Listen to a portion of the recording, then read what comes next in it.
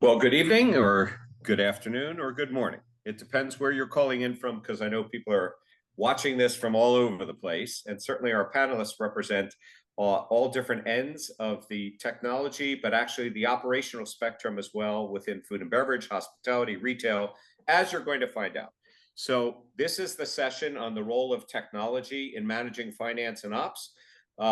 I don't know which order that may go, whether it's finance and ops or it's ops and finance, but they all obviously come together. And as we all know, technology is at the intersection of finance, operations, digital marketing, all those different places. I'm Rob Grimes, and I'm going to be moderating this session today. I'm with the International Food and Beverage Technology Association. In a moment, we're going to allow our panelists to introduce themselves. The IFBTA is a global not-for-profit trade association. We work very closely with different country associations and with the team at Paddle, and also with the Catering and Restaurant Association. And we're a resource, but it's all about technology. But technology, even in food and beverage, crosses over to retail and convenience stores and hotels and those things. So that's what this panel is about, to really talk about how you can integrate technology. The one last thing that I would leave you with, and then it's really about our panelists, is that I am a firm believer that technology is an enabler. I grew up in the industry. However, I would tell you that I don't believe that technology is everything, although I do think you have to have a knowledge of the industry, which all of our panelists do today, and then you use technology to make things happen. And that's what we're going to do today. We're going to make things happen. So why don't we have our panelists introduce themselves, perhaps not just your name and your company, but just a little bit of a background, or maybe what got you into the business, and have you been there? And Felicity, we're going to go ahead and start with you. Thanks, Rob, and thanks to Paddle for organising the whole Ignite programs. It's just fantastic to be supporting the industry. So I'm Felicity Tomlinson. I work with Typsy as head of growth, so essentially overseeing sales and marketing globally. We're a company that was founded in Melbourne just over 8 years ago, but we've always had a global lens and have customers all across the world now. The reason Typsy even first started was because the founder had a finance business and was supporting a lot of hotels, restaurants, clubs, bars with finance, and realised after talking to many owners, one of the key problems was finding staff, finding skilled staff, and if both of those are problems, being able to get accessible training so that people could be upskilled very quickly and on the floor. So he sold the calculators, bought some cameras, and 8 years on, we're very successfully growing across the world. So we've just been named in the Time Top 50 EdTech platforms. So we have more than 1,800 online lessons that have been filmed now with global experts, plus a full-rounded platform of features, including activities, micro-credentials, quizzes to make sure that the learning's reinforced. So, and I love working with Typsy because I know it might sound cliche, but we regularly get testimonials where we have literally changed lives. And, whether that's individuals that found us quite a few years ago and started learning with Typsy, and their career progression has been incredibly strong, or whether it's hotel groups that have been able to create significant efficiencies with scaling training and onboarding, as well as upskilling and cross-skilling. So I'll pass on to the next person now, unless you've got any more questions for me, Rob. Great. No, there's going to be questions to come for sure there. And I think there's a lot more to your story and what Typsy is doing than what you just said in a very short period of time. Ben, why don't we move over to you? Sure. Hi, everyone. I'm Ben. I'm the CEO and co-founder of FoodByUs. We've been in business around 8 years as well. We are Australia's largest venue-side ordering software. So really working in the back of house to help a venue with all of their supply chain. That means ordering from any supplier they want, getting all their reporting in order, and of course, pushing into all sorts of different things like accounting programs, helping them with their trade financing, integrating with their point of sale. So we really see ourselves, I guess, as mission critical software to help venues, A, be more informed, and B, save time and money in how they do their procurement. We work in the sort of owner operator, small to medium space. So, we don't work with any of the bigger McDonald's of the world. It's all about really empowering these, smaller venues to be better procurement, and that's it. Great. So thank you for that. I'm going to go ahead and move over to Adam. Now, I'm not sure because I learned today you guys are in the same building, I think. And so one of you is on a top floor and the other's on the bottom. I'm not sure which one it is, but Adam, you're next. Look, I dare not say we're 4 levels up from Ben, but g'day everyone. My name is Adam Theobald. I'm the founder and CEO of Ordermentum. We've been in business for 10 years and we're an ordering and payments platform for hospitality venues and suppliers. We've got 40,000 hospitality venues that use us every single month, and we've got over 1,000 food service suppliers that service the industry. In terms of backstory, I'm super passionate about hospitality. I've been selling and working with hospitality to build technology solutions for 20 years now. Novel hospitality solutions, ones that didn't exist before. That comes with all the trials and tribulations that go with it. But the original founding story to Ordermentum was in my previous business, I was working with a lot of venues. And those venues consistently said, hey, I love this solution, but what about me? I'm a small business. I have 10 suppliers, 10 different ways to order, 10 different ways to pay. And that was a huge problem for them. And you could feel this real, what about me? I need help. Now, obviously that was before the awesomeness of MYOB and players like that and what they're now doing to help those small businesses. But I felt really passionate about being able to create a win-win between venues and suppliers. And our purpose is to create a more sustainable food and beverage industry by helping venues and suppliers trade smarter. Great. Well, thank you. So just shifting over a little bit, Kurt is actually coming in from the operations side himself in hotels. So Kurt, why don't you introduce yourself? Thanks, Rob. Hi, everybody. I'm Kurt Thomas. I'm Director of Finance for a portfolio of hotels within the Acorn network and managed by a third-party white label company called Trilogy Hotels. I'm an industry veteran of almost 20 years now, and I've worked through all facets of hotels, from housekeeping all the way through to finance. So I've worked with some of these platforms that were mentioned today.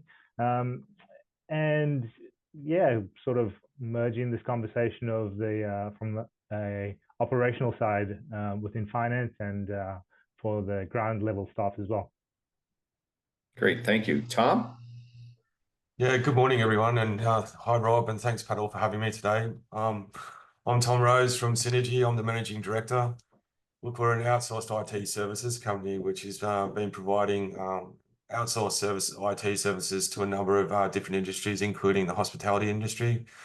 Over the last 2 years, we've obviously seen a big rise in cyber activity. So we've been helping the industry kind of understand what their obligations are around trying to keep data safe and secure, and making sure they've got the right tools and processes and procedures in place to really secure that type of data. And that comes from a range of different cybersecurity kind of products that we have that are kind of installed on different devices around the hospitality industry. And I suspect as we go through this conversation with everything going on with technology, data security, and the importance of it, especially with the smaller independents and the SMBs, becomes even more and more, and you just can't count on that one way or the other from the providers. So we'll come back to that one. Okay, great. Sounds good. A key area in there. And Hayden. Hi, everyone. My name is Hayden Williams. I'm the head of product for MYOB. We're a business management platform. We've been in business for 30 years, specializing in providing business management, finance, HR solutions, primarily to businesses with 20 or less staff in the Australian and New Zealand regions. I've been with MYOB for 12 years in various facets, but pre that, my entire working life has either been in hospitality or small business. So I got my start in working in kitchens when I was 15, before transitioning into working in IT, telco, in B2B with a specialization in the hospitality industry before my time at MYOB. So both of these, both the small business community more broadly and the hospitality industry are both very near and dear to my heart, and have been something I've been in and around my whole working life, so 21 years now. So it's great to be with you all, and I'm really excited to get into the discussion. Well, we are going to go into the discussion. Tom, I forgot to ask you, how long has your company been around? Look, we were founded in 2011. I became involved with the company in 2021 after a stint overseas. Probably working much larger organizations. So I've tried to really bring some of that enterprise grade security down into smaller businesses, which is where we find our niche. Okay, so that was a loaded question, Tom. So as we think about this, so it occurs to me that half of this panel is 8 to 10 years, if I got this right. And I'm not the finance guy, Kurt, so you can correct me here. Kurt's got 20 years in here. Tom, so let's see, 2011. So you're on in the middle there, and then I think the one that's been around the longest was what, 30 years, which was MYOB in a number of different industries. So I want to start with the older half here. You've seen a lot of changes in the industry, and tech is playing a role in it. And none of you are startups. None of you are COVID startups, to be very clear about this. So where have you seen the industry and the importance of technology and the adoption of technology, over the last 30, 20, 15 years? Maybe we want to start by looking maybe from the accounting side, and then work our way through the services and then operations. Yeah, sure. I mean, if we take a look at the accounting side, I mean, if we go back 30 odd years, accounting wasn't something that really could even be done by a small business themselves. It had to be done almost entirely by an accountant. And that disconnect between the operations within the business and then the accountant and the interpretation between those things was a real barrier. And it was not only costly in terms of the time that it was taken to decipher records coming from restaurants into the hands of the accountant, but the amount of rework that was involved in there, and the proclivity for human error and so on, was a huge issue. And that was a big part of why MYOB was founded all of those years ago, was to try and put more power into the hands of small businesses to do more of the sort of the data entry bookkeeping side of things themselves, so that there was better data intelligibility going to the accountant, so that data was richer, more insightful, less prone to human error. And over time, we've just been trying to bring that relationship between the accountant and the small business closer together. And that has had a couple of really good impacts, I think, in the industry. So one is, all those things that I mentioned in terms of that it makes the relationship between the small business owner and the accountant much more effective and much more efficient. But it also allows the accountant to get more insight over what's happening within the business, and to be able to provide more advice. These industries are, industries where the numbers really matter. And so, when you're operating on razor tight margins, the input of an accountant on how to make sure that you're optimizing everything from a structured perspective, that you're structured optimally, that you're making sure that you're, operating effectively, and then most importantly, are you running a good business? And so in terms of the changes, the closeness between the business owner and the accountant is something that we like to think that we've had a big role in driving in the industry. And we've really seen that uptake of digital technologies really just accelerating every year. And then obviously, particularly since COVID, we've really seen an acceleration of adoption of digital technologies in business. And we're also seeing, because of the fact that we have such a large footprint in the industry, a real growing disparity in terms of the prosperity, profitability of businesses that are adopting digital technologies and those perhaps that aren't. Well, it's really across the board. So Kurt, you've seen it from the ops side, and you said you've got all kinds of different positions over the last 21 years, I think you said. Where have you seen the technology adoption, and where the challenges are in the operational side? Yeah, I think the adoption, hospitality has been notoriously slow for adopting new technology. And I think COVID really assisted in that matter, where, we needed to adopt contactless technology. We needed to allow for more remote work. And that sort of sped up the process in doing so. I think, you know, we also need to remember that hospitality is all about the service and about the people, right? So it's the adoption that's occurred with what what aids in providing that human service rather than replacing. So the past few years in particular, we've seen a larger uptake with technology. And from my side, working in the finance side of it, is the added efficiencies and the knowledge that Hayden mentioned as well, being able to make those decisions quite quickly and providing that information to various stakeholders. Items like MYOB has empowered small businesses, but it's also empowered team members within the business, and it allows people to see information that they wouldn't necessarily normally see, which aids us ultimately in giving them the power to say, not just us saying, hey, yes, this is what's occurring now, allowing them to analyze the data as well with us, and not seeing finance and accounting as an outsourced service that doesn't really aid the operational side of the business. So any business that's going to go ahead and operate today has so many moving parts and pieces. I have heard the word data is going to keep coming. Nobody's mentioned AI yet, but we'll deal with that later. But the word data keeps coming up here. So Tom, you're seeing a lot more data, and data everything, the collection, down to every transaction, and then you have to secure it, as you said. Where have you seen the industry changing in the last few years as people are adopting more and more technology? And by the way, it's not all stored on premise either. Yeah, I think that's a good point. So look, we've seen a big shift to cloud computing, and obviously more applications that help run hospitality businesses. And what we're seeing along the way is that there's a lot more data being collected, and this data is sometimes categorized as personally identifiable. So that kind of falls under all kinds of different kind of privacy legislation acts and all in Australia, but overseas there's other acts like GDPR and so forth. We try to educate businesses about the data that they are storing and how secure that data is. A lot of the time the data is collected and not actually used again. So do they really need to retain that type of data? We've developed a bit of a 5-question guide just to kind of really educate people on the data that they're holding and trying to assist them in regards to making sure that they've got the right processes and procedures in place to make sure things are secure. And hopefully the customer base is valuing the data security better than they may have invested in the past.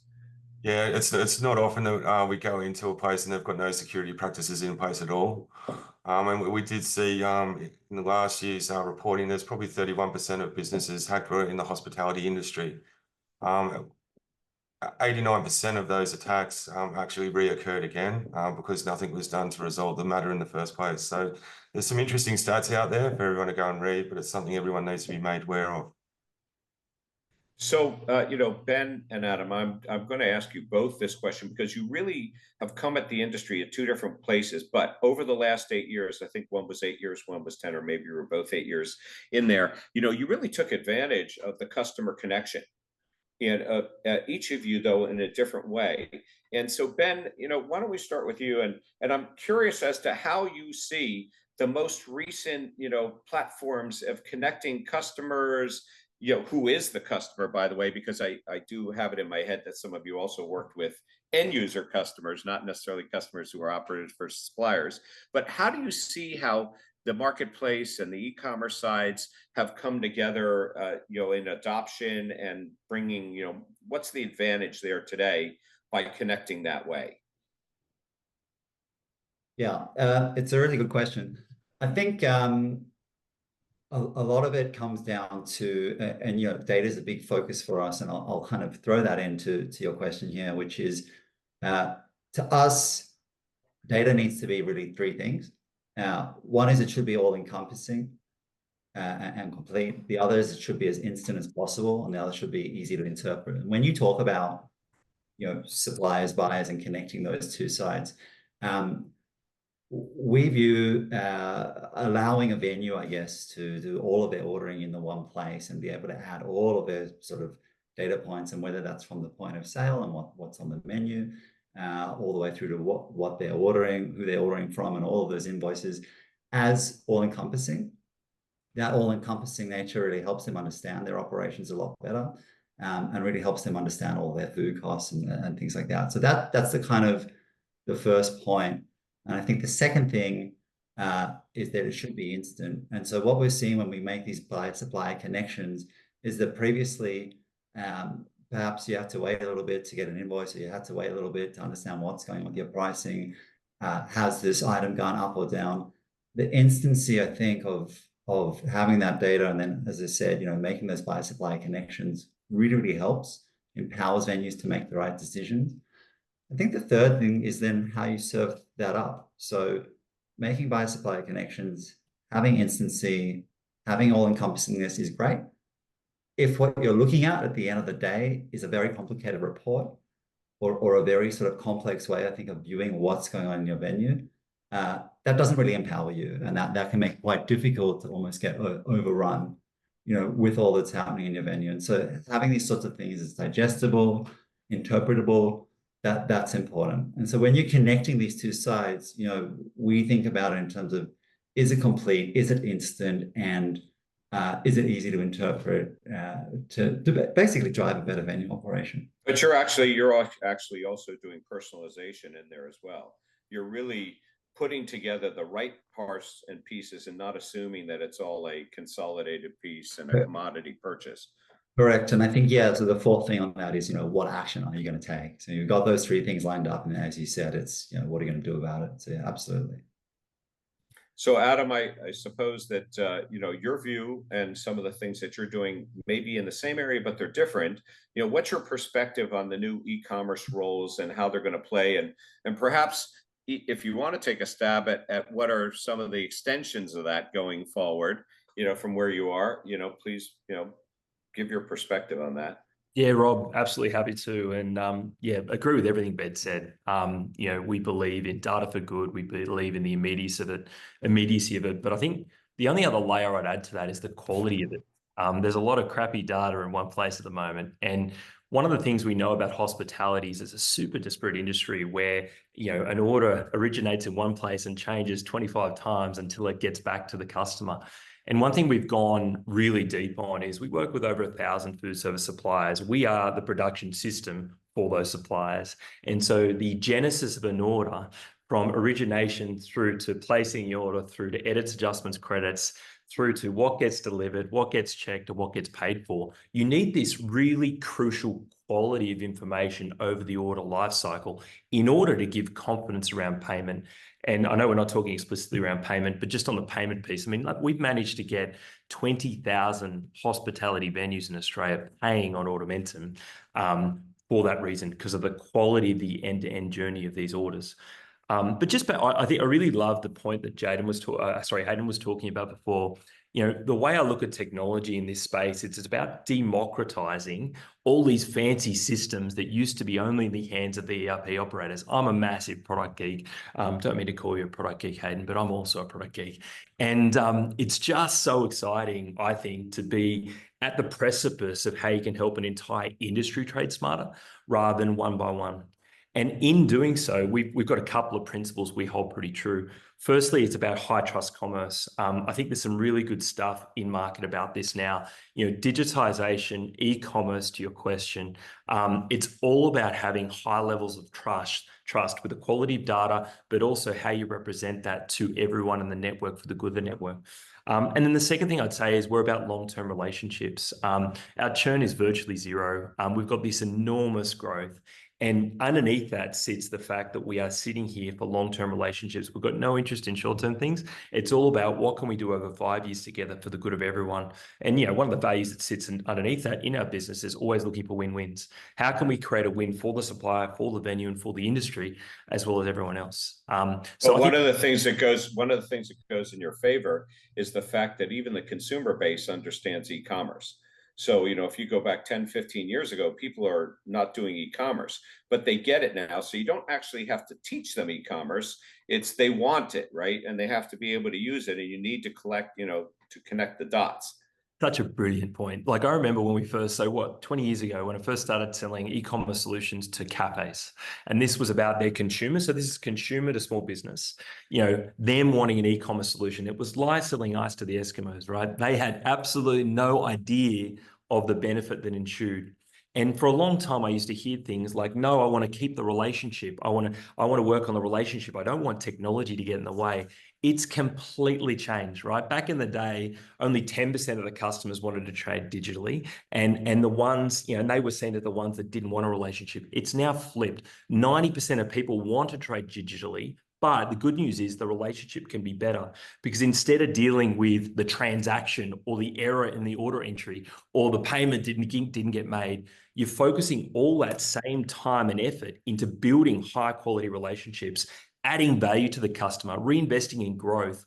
And I can't tell you how far that pendulum shifted the other way. I think there's also a generational thing here. Like, what we've got now is second generation business owners coming to these businesses that were grown in an e-commerce world, and it's just a completely different conversation. We're swimming. Oh, you are teeing it up right now for Felicity here, because, you know, one of the things I've talked to people about is, and usually people focus on 5 generations here. There's actually 6, because we have our consumers that are under 13 years old that are in Gen Alpha that are actually part of our ecosystem as well. That's there. So training and education has made a big circle. I can remember the days where people invested heavily. Hands-on training was the word. Then they go to help desk, training over the phone.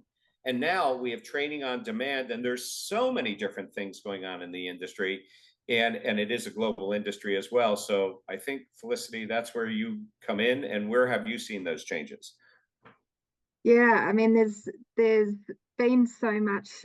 Someone touched on before that COVID, you know, that time there was a significant change in adoption of technology for the hospitality industry. In the case of training, typically it was a face-to-face. All training, or most of training, was done face-to-face, and COVID really was a massive switch. The fact that the industry, there was significant amounts of people that no longer were able to work at all, and so many people left the industry, meant that coming back in, big businesses needed a lot of support with being able to scale training effectively across large groups of people, across large venues. A lot of the training was very dependent on how skilled each individual supervisor or manager was, and businesses have realized they need to remove that and just have something that's available on demand to be able to support their staff. I think just broadly stepping back a little bit, I think all technology, no matter what type of technology it is, ultimately we're wanting to make the guest experience, in the customer's perspective, we need to make the guest experience exceptional. So we need to prioritize what tools operationally are going to be effective to help us be able to make the guest experience exceptional. But there's more to it than just the training side today, because the people who are being trained, you know, it's an international market. You have language capabilities that are in there. You have materials that change on the fly. Because of cloud-based computing, you know, you can make a change overnight, you know, in there, and yet you have to change all that. So that must add complexity to the world that you happen to be working in. Yes, so we've done a few different things actually to accommodate that. So with Typsy, we've actually got closed captions in more than 30 languages across our courses, so that we are relevant to various languages. And we know that, again, since COVID, there's been a lot of migration of workers from all sorts of different countries, where that wouldn't have necessarily happened to the same degree as what it has now. So, for example, we've also not only got closed captions, but now recently audio dubbed all of our library into Bahasa Indonesia, because there was a significant need for one of our key customers for that requirement, and then also audio dubbed into French and Spanish. That's actually been with the support of AI, so thank you for the burst of that to have happened in the last 12 months. because we've been able to mix a few different technologies to be able to get a really successful outcome with being able to audio dub, and we'll continue to do different languages. Yeah, it's on the roadmap. It's just the prioritization of those is different. But yeah, I mean, Right. a technology company can be global because there's really no boundaries, you know. Yeah. So opening this up to the whole panel here, because each one of you have different ways of looking at this, different applications, different types of training that needs to occur. How do you incorporate that into your programs, applications, and offerings? And as a user, you know, Kurt, you're in the same situation. You know, you have to pull it together from multiple, you know, different providers in there. So, you know, I know it's going to be tough, but I think you each probably have a different perspective on that. Ben, you know, why don't we start with you, and we'll just sort of work your way around my screen. Yeah, I think training is incredibly important when it comes to technology, and as everyone's kind of acknowledged in this industry, there's sometimes a bit of a fear around technology. So when it comes to training, I think number one is to be, you know, a coach and a guide, more than necessarily saying to your users, you know, we have a better way, and we think you ought to be doing it this way. A lot of it is about easing them into what this product can do, and you know, how it's basically going to help uplift your operations. I think as well that within app experience is absolutely critical. So what I mean by that is really thinking empathetically from the customer's point of view, what they're trying to do at each point. So yes, with FoodByUs, you can integrate into accounting platforms, point of sale, there's trade financing, there's a million and one things, right? But the question is, what's the thing you really want to ease them into that is going to allow them to slowly but surely understand what this is doing for them and guide them through a user journey. We have all sorts of prompts. We have all sorts of very specific user experience that helps venues just get into it. And then I think the other thing that we notice is that you're not just training once. So very common, a chef will leave, and then you've got this in-place FoodByUs system, which is running the whole back of house, and the new chef needs to be involved and needs to understand what's going on. And so that's a double-edged sword. Obviously, it's very easy for them to pick up and get going with all the supply side, but it's also new and different for that other person. So it's a question of not just training once, but always continually educating. And that's a great point. That is a great point, because I don't know, you know, looking around the world, that any particular country or region has really gotten it down to where you have, you know, a training or certifications that you take with you from one employer to another. You might in IT, you know, you might have it in IT, but you don't necessarily have certain skill sets, maybe food safety, food handling, but, you know, those skill sets, you know, of what do you know how to do is not necessarily there. So Hayden, I'm realizing I may have done us a disservice by using the word training. And because, you know, when I think about AI, which is everybody's conversation, I'm getting a little tired of it, but I prefer to just change it to either be, you know, actionable insights or actionable information. It's the use of it. And it seems to me, with your background and what your company started with, you are getting a lot of data from a lot of different points, including a lot of integrations. How do you turn that into education, actionable insights that you give to the operators to actually, there's too much data, you know, so how do you make it useful to them to help them to operate their business?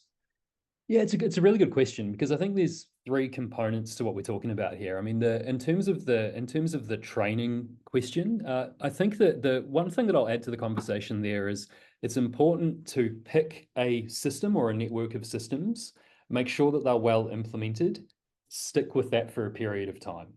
And so it doesn't matter, you know, what we're talking about. If we're talking about your ordering system integrating to your accounting system, et cetera, you know, there's often this conversation around point solution versus best in breed. We kind of need to move a little bit past that and just go, what is the system that you need that suits your business best, with as few integration points as possible, and making sure that all of those integrations are functioning extremely well, and that you're understanding what information is flowing from where to where and what it looks like. Because choosing that system and then sticking with that system for a good period of time is really important to be able to put the right processes and systems around that, so that you can build a training on that. And then, to the point made before, that you're continuously reinforcing that either just over time or as things change or as people change within the business. So I think that that's a really important consideration to that whole training and, upskilling piece is, well, what is the network of systems that you've put in place in your business, and making sure that that's the right thing for you, sticking with that for a period of time. Because we have, these are some quite shocking statistics, but there's only around about 52% of users in our industry that are regularly using digital software. There's a high interest in adopting digital. It was said before, it's 90%, 52% actually using. And then when it comes down to, that's for finance and accounting. And then when it comes through to things like, ordering, staff management, that number drops to around about the 30% mark. You got to get rid of the spreadsheets. And then even exactly, look, we're a bunch of accountants in this building. I would never speak ill against spreadsheets, but there's the right tool for the right job that's the most effective, right? So I think that's a really important consideration. And then when we start talking about how all of that, then that network system that you've put in place, the data, how you manage that data, how you get the insight from that, I think that there's a couple of really important points. So the first is, where are you are approaching the software with a clear question in mind. When I talk to users, a lot of the problem that they have is that they'll start doing things like they'll just start running reports. And it's just like, okay, like think about the job that you're actually trying to do here. What do you want to know? And so that's point number one. Make sure that you actually have a clear set of metrics that how do you want to run? Where's revenue? Where are your customers coming from? How are your margins? Where's your money going? All of those sorts of things. Make sure that you're really clear on what the questions are that you want to ask.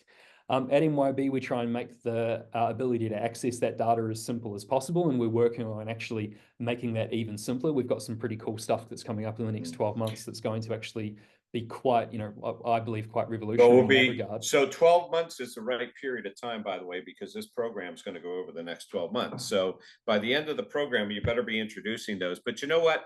I'm going to take a little license here because you've teed up a couple of subjects I think you've taken over here on the subject side of this. Tom, one of the things that Hayden has just talked about is the conversation of taking a look at the overall systems and the long term. And there's something called the tech stack, which people may or may not be aware of in there. But it would seem to me that you must be looking at the tech stack all the time. And when you go in and you evaluate and you're going to help somebody manage their IT, what are the principal things that you're looking for, you're advising them to do? Look, it's a good question. I think we normally go in and have a look at the foundations of the IT setup, making sure that you've got, your base foundations in there to really build upon. Things like having, the right security in place is obviously very important these days. Once we get that pretty much established, it's making sure that there's other things like connectivity is sorted out correctly. So a lot of people underinvest in things like networks, and it leads to poor Wi-Fi experiences and all of that type of stuff. We really try to make sure that, if you're going to build something, build it right and make sure that it works. Like another big part about the things that we do now is we're moving beyond the infrastructure setup and really looking at how we can empower users to really use technology a lot better. And that's been a bit of a shift, a change in the last probably couple of years, where we're not doing, broken printer or broken Outlook. We're actually trying to show people how to use applications and train them as well. And so there's all kinds of systems out there. We use Paddle to train our users. So there's a lot of training sessions that we can actually push out to users and actually see how they're going with that training as well. And the content's always evolving and getting updated. So it's actually a really good way of approaching it. So the other subject, besides the tech stack, is the concept of all-in-one versus best-of-breed was brought up. And Adam, you guys are providing individual modules, but you also can provide somebody, the all-in-one, if I have this right. So, how does one consider whether it's an all-in-one or a best-of-breed, or is one approach better than the other in there? Or, what's the considerations as you see it? I love how this has changed over 10 years. Back in the day, you really only had one choice. It was all in one, and it was the ERP system. And that's why it wasn't democratized. That's why only the biggest players in the industry had a solution. But I think through the great work everyone on this panel is doing, right, there's these great solutions that are best in breed that are emerging. My view on this is that the ERP is becoming the right combination of best in breed for a given business. And why that's good is because it's like, like politics, you end up voting for who you can see the least on. I think it's the same with technology. If you choose an all-in-one, you end up getting, one best in breed, but you end up missing out on a bunch of others. And the network effects really stop working for you. From our perspective, it's integrate or perish. Like we work with and people are not necessarily going to throw out everything that they've invested in all along, and there shouldn't be a need to do that. And like Hayden said before, like the change, the inertia, the work you do to make the decision, the change in behavior, everyone underestimates all the steps that follow after you put a technology solution in place. And as operators and as people who are implementing technology, we know that inertia. We spend a lot of time trying to do that. And so I think you're bang on. But my view on this is integrate or perish, work with the best in industry, partner with the likes of MYOB to make sure that you can have a seamless connection between the ordering, procurement, and the invoices in their various systems. Make sure the accountants live where they want to live. Make sure the people who are doing the procurement live where they want to live in Ordermentum. And that's the way in which we think it's the cloud ERP of today is the right stitching together of high quality solutions built for their respective purpose. I'm a big believer in that. And that's the way, the digitization wave that's changing in the industry. So, to Hayden's point and also, getting on with what was just said by both Tom and Adam, I've always looked at this, that you have to look at systems holistically.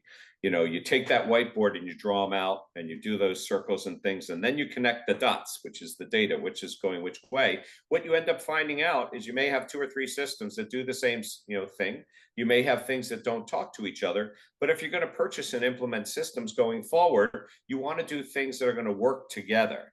And if you make just a siloed choice today, that may be a re-choice in 2 or 3 years from now. So Kurt,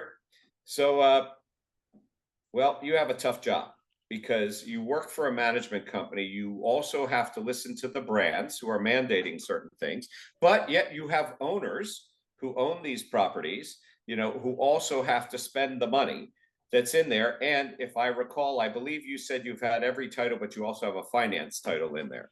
So, your perspective. So how do you manage between the brands and what's being offered out there, the owners, and then also how do you operate, because you're responsible to operate. So how do you make those tech investments?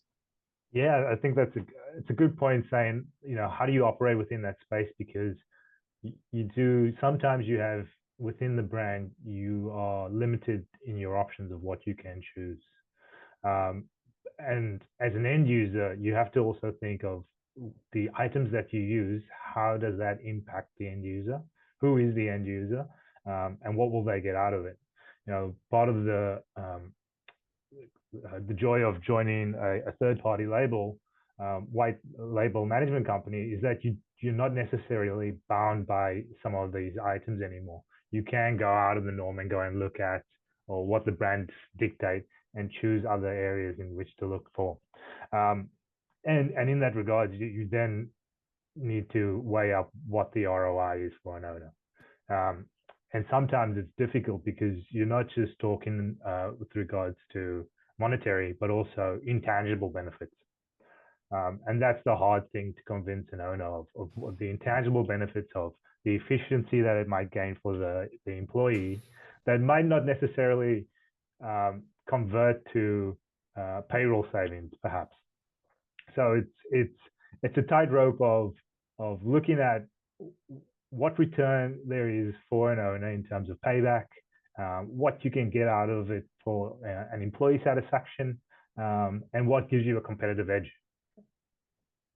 Is there an investment period? Like I remember in the older days, people used to say, you had well, they never wanted to switch over technology if you had a choice between an oven or a fryer or something in technology. Which are you doing, right? But it was 7 years. And today, you know, I've heard 3 years, I've heard 5. Then you have systems that are based on, you know, software as a service or hardware as a service. And so there's a point to where those two intersect, especially when people are paying as they go. And I'm opening this up to the panel. I mean, how each one of you are going to have a different perspective of how to measure that ROI. So why don't you, you know, share with, you know, feel free to speak up and you know, share sort of how you view the ROI or how you think an operator should view ROI. I'll jump in with a couple of quick perspectives, and I'll be quick, I promise. The one thing that we notice is that there's the reason that there's relatively low adoption of these things is not because people don't realize that there's ROI in the adoption. It's just that people say, I don't have enough time. So a third of people say, I don't have enough time to implement a system like this. And that's why you need Tom, by the way. Well, it's a reductive argument, isn't it? Because you may as well be saying, I don't have time to be in business, because you have to set up systems and processes in order to be successful in the long term. It's just a fact. And so the idea of people saying, I don't have the time, and they can understand the ROI in terms of money, but fail to understand the ROI in terms of time back. So in MYOB, for example, just by having your bank account connected to your accounting software will save the average small business owner 8 to 10 hours a month. And what else could you do with that time? And that's just an example of one integration. So the point is that setting up all of these discrete systems can be a huge time efficiency and operating boon to these businesses. And yet they say at the beginning, well, I'm not going to set that up because I don't have time. And so it's actually being able to think about the ROI in terms of time. Yes, I'll invest the time now, and then this integration will get me 8 hours a month. This integration will get me 5. This integration will get me 4. And thinking about it that way, and then thinking about, well, how could you reinvest that time to help to make the business more profitable, grow the business, you know, whatever it is. That is the single biggest hurdle that I find that we need to get over. So Adam, you were gonna say something there. Oh no, I completely agree with everything that was said then, and I would say that how I assess ROI for our business versus the businesses that we help is very different. I think as technology providers to a large number of people, all of us in this panel have an obligation in the new world where it's all about adding different trajectories of value. And so my view is that with a really scalable platform, I want to be adding value day one. You know, we had a group last week that a venue group came on. We helped them with one of their supply choices. You know, they were able to save $150,000 in the first month for their trade. And it was just a staggering impact. I think that's a good example. I'm not sure I could suggest that's the case for all of them. But I think there's this point of what can we do day one easily that's super accessible and easy to consume from their perspective with little change. And then what can we edge them to over time on the second and third trajectory that will revolutionize their business? Like we're very focused on driving profit for venues and suppliers. And our view is there's so much inefficiency in the industry that there's just opportunities everywhere to do so. And so how do we make those opportunities consumable, easy to step into? How do we remove the fear? And how do we do it on this foundation of trust is something that we're super focused on. Now, it's not easy. But, you know, I think all of us have value we can add day one. We zoom in on that really. I mean, but it only works if the operators see the value in it. There's only two ways. So they have to recognize that there's a return on investment and they're making choices. And then the other thing that I see sometimes is that the consumer drives them to force them into it. Somebody talked about payments earlier. You know, half the payment methods that have to be taken and the confusion out there are because the consumers decide, you know, they want to accept certain types of payments and nobody's ever going to keep up with that. Felicity, I mean, you know, there's a value to the investment that one makes in education. You know, it's a turnover piece. Do people actually, how do they measure that? Do they actually see the value of that? Absolutely. So we actually have a return on investment calculator that we do with our customers, and we talk about things from upselling. If you know, there's a direct revenue impact there if you can train more staff on upselling, and there's lots of little ways that you can subtly do that, but that make a direct impact. There's ROI on, you know, we know more training provides more engagement and stronger retention of staff. So again, you know, you can put a statistic and a figure on that. So if they've got high turnover, what do we look at? How much do they want to potentially reduce that by? Compliance. So we know that a lot of companies, there's a lot of workplace health and safety risks and payments Absolutely. going out in insurance. So if we can do better training, have better systems that address that, that's a direct impact. And then obviously the time saved for managers not needing to repeat training. So there's many ways we can look at the return on investment. But I think one thing is when a group at a business, whether it's the owners, ideally everyone sort of get in a room, look at all your pain points across the business and what things can be directly addressed with operational efficiencies and have a better return on investment and saving time by implementing some really good systems. And then what are those systems? How are they going to integrate with existing systems we've got? How would they potentially replace? So I think it's important to step back from the reactive and actually look at the bigger business. Does it align with the business goals? Because, you know, if they it all needs to align so that everyone's on the same page, and then you sell to the owners are on the same page that we need to have an accounting system or a food ordering system, because they're the parts that are the most broken at this point in time, for example. So we have just a few more minutes left, and I would remind our audience that if you have some questions, you can go ahead and put them into the Q&A at the bottom of your screen, and you know, we can cover some of those. And by the way, if we don't get to cover them all, put them in there anyway, because we can respond later on, which is great. Ben, you know, when I was taking a look at your website, you know, it was quite clear to me that you're actually fueling, that's sort of an interesting word in a food and beverage conversation, but you are fueling a lot of entrepreneurs, and you're really helping people on both sides of the equation, people who have products to sell, you know, especially, you know, some of the really customized or personalized products that end up being big companies at some point, but also the people, you know, that need to you know, to buy and provide those to the public. You know, where do you see, you know, the ROI, and how do you help somebody to go ahead and build a business? You know, not just where they are today, but where do you see that going in business building? Yeah, it's a great question. Look, I think historically in our industry, some parts of our ROI when it comes to technology have been really easily understood and adopted by a venue. That's typically when it's revenue related.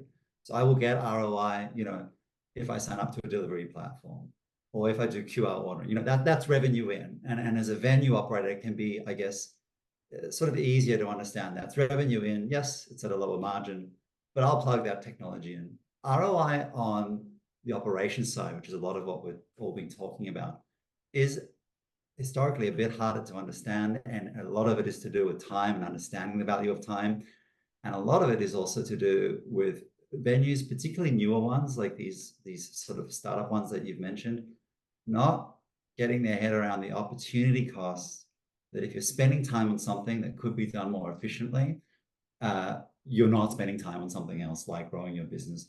So a lot of that ROI, as we see it, is helping a venue understand that the processes that you put in place today, where they take a lot of time and where there are built-in inefficiencies, those are only going to escalate. They're only going to get more and more constrictive in your business as you start getting busier and as you start growing and as you open site number 2, 3, 4, 5.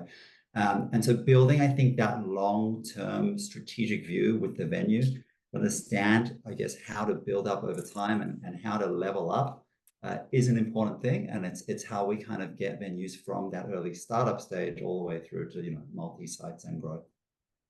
So it occurs to me that, you know, when you're putting the technology platform in place and you're putting something in to be able to grow. And so that ROI is not just in your existing business. And I used to talk to people about COVID, and well, there's no gift in COVID, but it did cause people to change their businesses, the delivery business, you know, new types of operations, micro markets, certainly in the hotel industry, you know, to be able to do vending. You know, what are the opportunities that you see going forward for expanding your operation and maybe the new types of venues where we're going to start to see food and beverage. And I know many of you work between retail, hospitality, food service. There's certainly collaboration, in those areas. I mean, Kurt, are there new areas that you're bringing, using technology to bring new services to people, who are staying in the hotels, or even the local community, they're not staying there, that should be, using it? Yeah, I mean, obviously, through COVID, contactless payments and ordering was one of the first things that came up, and we're now expanding that into contactless check-ins as well. So these areas of change happening within the industry, but it also allows the ground level staff to spend more time with the guests, to have that conversation, to understand why they're here and what they're here for.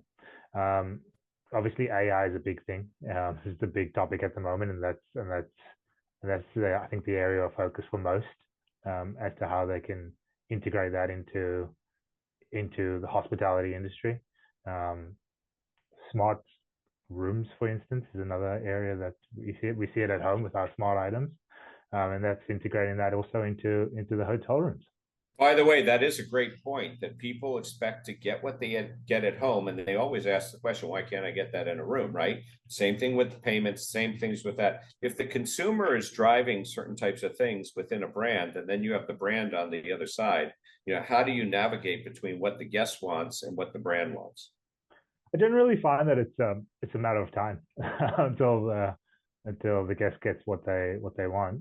It might take the brands a bit longer than necessary, but it's sort of that you make that push, the constant conversation around what's occurring, what new technology is coming up, and eventually, security is obviously the first issue. Once the security matter of all these new technologies are worked out, the adoption can occur. We see that with some of the smart items. It's been slow, but it's happening now. It's moving at a faster pace now. Okay. Hey, Tom, with all of these new things coming on, it is very difficult, to manage it all, right? So, where do you see the challenge, or what is the future challenge with where technology is headed? Because you obviously have your finger on where the tech itself, the infrastructure is headed. What is going to be the next challenge, or what is it that people need to start thinking about right now as they have to manage and navigate the tech? I think it's a good question. I think there's so many different cloud applications that are being adopted by all businesses out there. And what we find when we're working with businesses is that they need a little bit of each. And what becomes just, they start with one, it becomes a big portfolio of different products, but they're probably using 10% of all of it. So it's really trying to concentrate and hone in what your business actually needs, and not try and sign up and subscribe to everything. So we always go in our first kind of initial audit, we find out about all the applications that a business is using, and we try to really slim that down to just what they need to really simplify it, which means that it simplifies it for the people and the staff that are using the systems as well. It's not, disjointed and scattered everywhere. Okay, so there's some famous movies out there, but there's one I can't remember what exactly the name of it was, but he says it's the power of one, right? So the one thing that's out there. So if you were to want to make sure, I'm going to give you two answers. Okay, I was going to give you one, but I'm going to let you have two, because we have a 12-month program going on here. So what should people expect are going to be the technology changes over the next 12 months? If we're talking about AI today, we may still be talking about, but there may be something else, or the use of it or something. So you get to answer, what do you think is going to be the most impactful technology that we should be thinking about in the next 12 months? And then let's just say the next 3 years, because I can't go any further than that. But where do you think our industry is headed, however you want to define it? And we'll just sort of mix this up a little bit here. Ben, why don't we start with you, and we'll sort of make our way around again. Yeah. Very, very interesting question.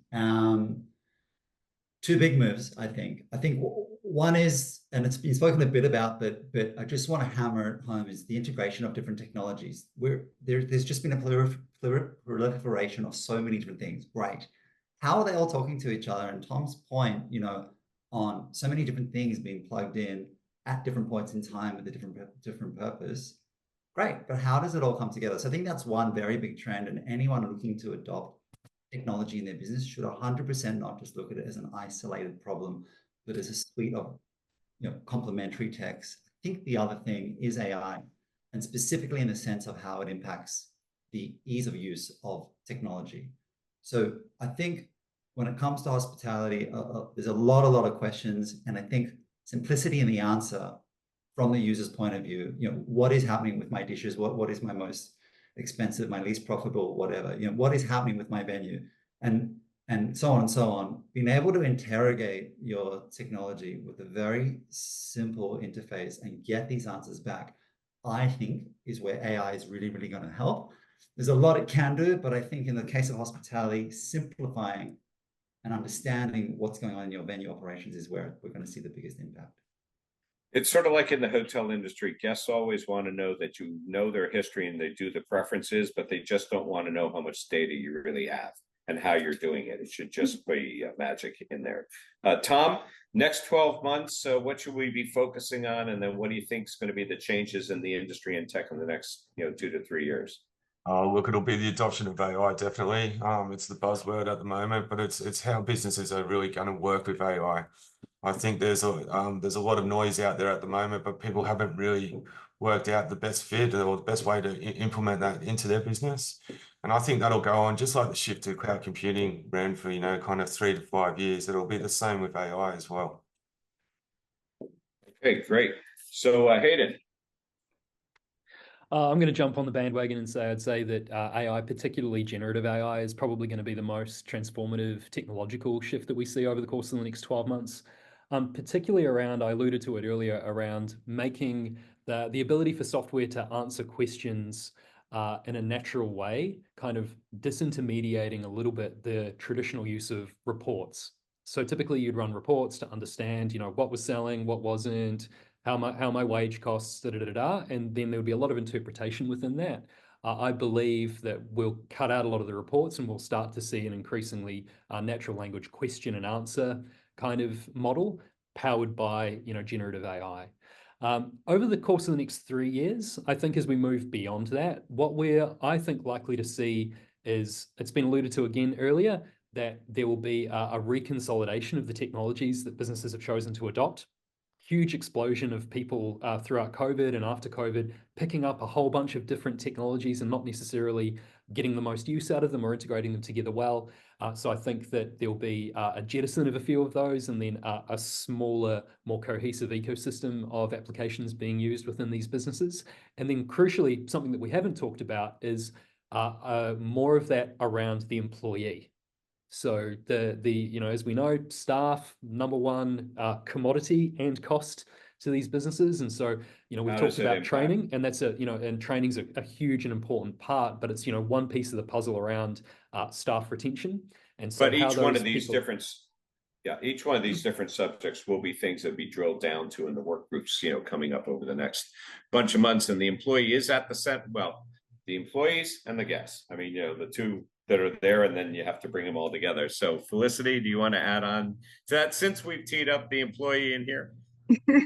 I do. I think one thing we'll continue to see is people becoming more and more educated, better educated on the types of systems that they're wanting as well. I think early on people were just going, I need an accounting system, and this one apparently is good, so I'll get that in. But they actually don't know what they're looking for, how it works. I think as we go on, people are getting more and more tech savvy, obviously not to the level of being, fully product orientated, but knowing what they want to deliver the impact that they're looking for. So I think we'll start to see, probably better questions from customers as to, what can be delivered, that sort of thing. And then just the integration piece, we're definitely seeing a big shift in that ease of use, and having one centre to go to staff, so they haven't got multiple logins and all that sort of thing. So, yeah. So Adam, you started your journey with the consumer and doing consumer products, and now you're on the other side of this. So where do you see the next 12 months and then the future next 2 to 3 years? How do you say AI without saying AI? I'm going to start with 3 years and I'm going to say profit per customer. I think that the industry is moving from serving what's in front of them to getting very specific on how they generate profits and customize service for different segments of their customers. And I've got really good examples with machine learning on both the venue and supply side that's playing out at the moment. Thank you for saying machine learning, because I want to remind people that AI is nothing new. Big data, machine learning, rules-based systems, we have a new term. So thank you. Sorry to interrupt you. My pleasure. But profit per customer, I think it's good for all business. I think we're seeing it a lot. And I think we've got a really, really unparalleled opportunity to supercharge that throughout the industry over 3 years without using AI. But bring it forward to 1 year, I think it's all about just digitizing. Like we estimate that only 10% of suppliers in this industry are genuinely embracing this sort of technology. We have 60 suppliers waiting to go live at the moment. We onboarded 1,500 venues last month. Like there is so much momentum in this world right now. So I've got this weird thing where I'm like focusing on keeping up with the demand, running hard with the stream, but also layering on the smarts, the machine learning, not AI, and everything else that we can to make their life better in the future. But I think profit per customer is the theme over 3 years, and I think it's good for everyone. Profit per customer. So there you go. So Kurt, you bring us home here. You know, you have all three sides. You have the employees, you've got the investors, you got the customers. You know, you have sort of the future in your hands, and you have to make it happen here, you know, in front of the guests. So next 12 months, your focus, and then the next 3 years. Yeah, I think everybody's mentioned it. And, you know, I've been working on a few of them recently from an employee perspective as well as an ordering perspective. And I think they mentioned digitizing, right? And I think that's big right now, is that, you know, I've got a couple of areas where we're trying to digitize what we do. And at the same point, when we are digitizing, is looking how they integrate with everything else. How are they best in class? Is there an ease of use with it? You know, what are they bringing in terms of technology in the future? Because what we're putting in, we want to see what their growth is as well over the next 3 years, and that includes AI, virtual assistants, chatbots, machine learning, everything else that goes with it. So I think over the next 12 months, I think I agree with the digitizing of what's occurring. From a customer perspective, it's all AI. I think that's the big area at the moment, and that'll be virtual assistants and chatbots. And I think over the next 3 years, I think we're going to see more in terms of automation and robotics, and what that might bring in. There's robotics delivering room service at the moment. That could take off in the next few years. Concierge services as well. So I think that's something to look out for. And there are so many paths in technology that we could take this conversation. Robotics certainly being one, customer service and support, call centers, you know, order entry. I mean, there's so many different pieces that you know, Dominique, this could be a you know, one subject a month on you know, just going down that particular piece that's there. So I don't know if we have a couple of other questions that you wanted to just tee up. Yeah, there are some that have come from people who've been fascinated listening to this wonderful panel discussion. We have one asking, how do you make customers take on the idea of using tech? So this is where you're educating customer. I think it's very interesting. Haven't quite touched on that. And the other major one I've just given time is a question to you, Kurt, about the challenges a core has balancing its needs versus the portfolio of client needs, which I think we addressed earlier on. So maybe that first one, which is yes, as a business, you're operating and need to use tech, but how do you actually educate customers? Right. So on that first one, let me just rephrase that a little bit, because I'm not so sure we know the definition of a customer here. So, you know, the customer can be the operator, you know, in there, or the customer can be the end user, you know, customer who's on the other side. There's probably an education path to both that are here, although a lot of the customers today come to us already educated. So it's a matter, I think, of the design of the systems, you know, of designing in a way that's intuitive and that they shouldn't have to think about it, You know, I don't know if anybody wants to, add into that. Adam, you've had a lot of experience working, directly in there. I think the one thing we talked about a lot before about training. So I think the whole panel's had a bit of a say on that. I mean, I suppose from my perspective, I think another comment that's been made that I'll just double down on here is this idea of there's no such thing as consumer and be in this world, right? People have expectations of digital experiences and it's all app-like. And back in the day, having worked on both sides, it was a bit different, but it is absolutely not the case that you can get away with inferior consumer-like experiences in a B2B world. And so I would say that is the killer point here around making things accessible, introducing people in the right way. We've got this hyper complicated decision-making engine about how we bring people onto our platform. I'm sure everyone here does.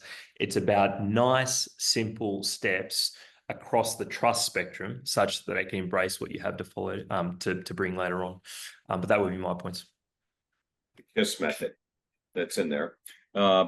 Yeah, and Kurt, there was a part of that was addressed to you. I know we did discuss, across the portfolio, but is there anything you wanted to add as far as, sort of balancing and then putting those systems in place and the challenges? Yeah, I think it's a balancing act of getting it right for all parties involved. And I mean, sometimes it does take longer than others, but the general case is you will get there eventually. It's just a matter of time, unfortunately, and sometimes it takes 12 months rather than the 2 or 3 that you prefer to happen in. Yeah.